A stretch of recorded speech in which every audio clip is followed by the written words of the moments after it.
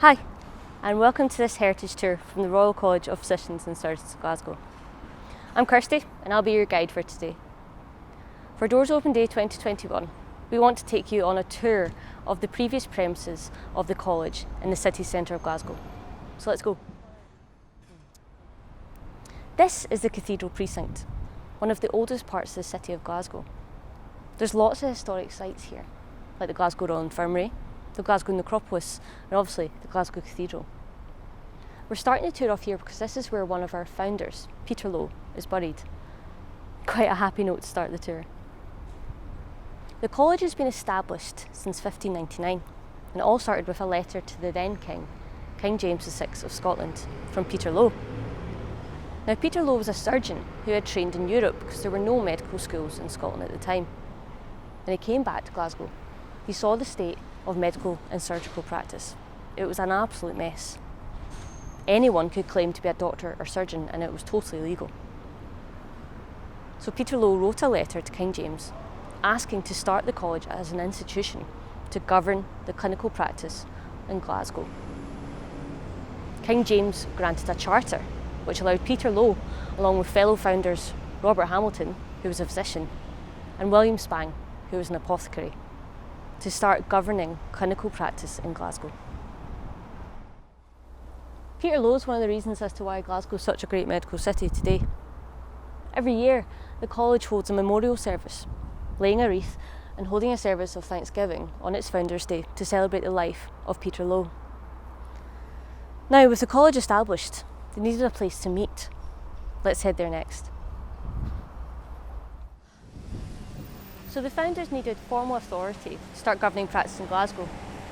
So they held a meeting, the first meeting of the new institution. This was held in Blackfriars Park, which used to be off the High Street, just down that road. Unfortunately, this building's no longer there because it was struck by lightning. At this first meeting in 1602, they needed to discuss what kind of examinations had to be sat to enter the college. So for example, surgeons had to be examined in their 3rd, 5th and 7th years of study. They had to pay fees, but they also had to prepare a dinner for those in the college. It wasn't just about your surgical skills, you had to be a good cook too. Eventually, they needed their own building, their own faculty hall to hold these meetings. Churches and coffee houses and members' houses weren't enough. So let's head there next. With more and more people joining as members of the college needed its own building. So in 1697, the college purchased a building next to Tron Steeple. That building was demolished, and then the first faculty hall was built. This allowed the college to start establishing its collections. Today, the college has a variety of heritage collections, from a library collection, archive, museum, and art collection. All of the items in the collections were donated by the college's members. It's a part of our job as a heritage team to take care of these items and make sure that the legacy lives on. Unfortunately, the original faculty hall building is no longer there. Glasgow was growing in population and more people were becoming members of the college, so the faculty hall that was built here was becoming too small. They needed another building. Let's head there next. This is St Enoch Square. In 1791, a new faculty hall was built on this square. To help you better visualise what the square looked like at this time, imagine that the subway and the coffee shop weren't there. Just over there, towards Howard Street, there used to stand a church. This was St Enoch's Church. The new faculty hall was built just across there where the St Enoch Centre is now. There was a block of buildings and the faculty hall stood in the middle. Glasgow was becoming busier and busier and more industrial, and more members were joining the college.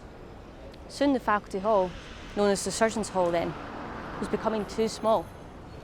Members complained of the lack of space and also the fact that they were late to meetings because the streets were so busy with people. The college occupied this building until 1860.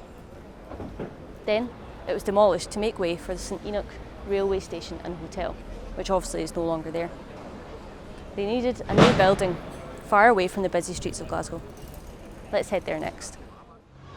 We are now at the final stop. the college's current premises, 232 to 242 St Vincent Street. The college has occupied this building since 1862. It was originally built in 1820 and belonged to a merchant, Robert Blair. There was only one building on this block, 242 St Vincent Street, and you used to be able to see all the way down to the Clyde.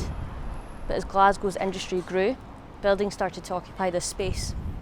And as the college grew, it started purchasing the buildings across the block. The room to the left of the entrance is the Joseph Lister room, named after Joseph Lister, who founded the theory of antisepsis in the Glasgow Royal Infirmary in the 1860s. This room was originally a dining room for Robert Blair and has two doors at the end that would have led to the kitchens. Now it holds some of the books of our library collection, as well as some items that were related to Joseph Lister, like his carbolic spray and his graduation robes. The room above the entrance, stretching the entire length of the original building, is the Princess Alexandra room, named after Princess Alexandra because she was the first royal patron of the college. This room was the original faculty hall, but before that, it would have been an entertainment room for Robert Blair. And it was to show off his wealth. It stretched the whole length of the building to show off how rich he was. This room is really significant in medical history. It is where Joseph Lister gave his first UK lecture in antisepsis to the Glasgow Medical and Chirurgical Society. It's also where William McEwen, who was a pioneer in surgery, presented his patient, Barbara Watson, to the Glasgow Pathological and Clinical Society. Now, Barbara Watson had had a brain tumour removed from her in the late 1800s. This was the first successful removal of a brain tumour in history. And McEwen presented his patient to a group of his peers at the society, as well as how he removed the brain tumour under antiseptic conditions. Now, the faculty hall became too small for some of the college's meetings. This is where they held a lot of the diploma ceremonies for the members. So they built an extension in the early 1890s. This is the new college hall at the back of the building, and it was built by Glasgow architect J.J. Burnett. In this room, there's a lot of lovely portraits of past presidents, and it's where a list of the past presidents can be seen on the wall. The college is still thriving today, helping to support healthcare practitioners across the world to provide the best care for their patients. So I hope you've enjoyed this tour today, and I hope that you can come by and visit one day soon. Bye.